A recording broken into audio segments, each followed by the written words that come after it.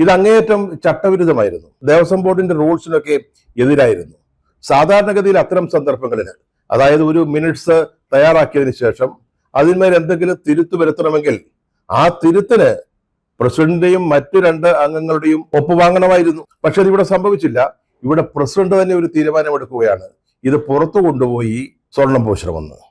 അതുപോലെ തന്നെ ബോർഡിന്റെ സെക്രട്ടറി ജയശ്രീ, അവര് അന്വേഷണ സംഘത്തിന് കൊടുത്ത ഒരു മൊഴിയിൽ അത് കൃത്യമായിട്ട് പറയുന്നുണ്ട്.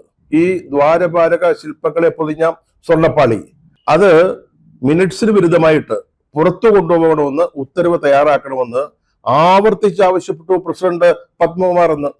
അതിനുശേഷമാണ് ആ തീരുമാനം ഉണ്ടായത്, അല്ലെങ്കിൽ അത്തരത്തിലുള്ള ഉത്തരവ് ഉണ്ടായതെന്ന് ജയശ്രീ ബോർഡിന്റെ സെക്രട്ടറി അന്വേഷണ സംഘത്തിന് മൊഴി കൊടുത്തിട്ടുണ്ട്.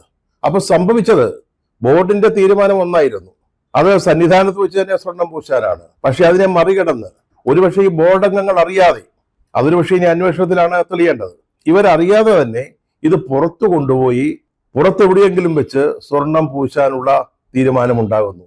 അങ്ങനെയാണ് കൊള്ള നടന്നത്. ഇത് സന്നിധാനത്ത് വെച്ച് തന്നെയാണ് ഈ സ്വർണം പൂശൽ നടക്കുന്നതെങ്കിൽ ഇവ അടിച്ചുകൊണ്ടു പോകാൻ പറ്റത്തില്ല, പുറത്തോട്ട് കൊണ്ടുപോകാൻ പറ്റത്തില്ല. ഇത് പുറത്തു കൊണ്ടുപോകാൻ അനുവദിച്ചതുകൊണ്ട് ഈ സ്വർണ്ണപ്പാളികൾ അപ്പാടെ ഇളക്കിയെടുത്ത് പുറത്തു കൊണ്ടുപോയി, എന്നിട്ടത് മറിച്ചു വിറ്റു. ഒന്നുകിൽ ഉരുക്കി വിറ്റു, അല്ലെങ്കിൽ മറിച്ചു വിറ്റു. അതാണ് സംഭവിച്ചത്. അതില് പ്രസിഡന്റിന്റെ നിർണായകമായ പങ്ക് അല്ലെങ്കിൽ ഉത്തരവാദിത്വം ഇപ്പോൾ അന്വേഷണ സംഘത്തിന് മനസ്സിലായിരിക്കുകയാണ്. അത് സംബന്ധിച്ച് വിശദമായ അന്വേഷണം നടന്നുകൊണ്ടിരിക്കുകയാണ്.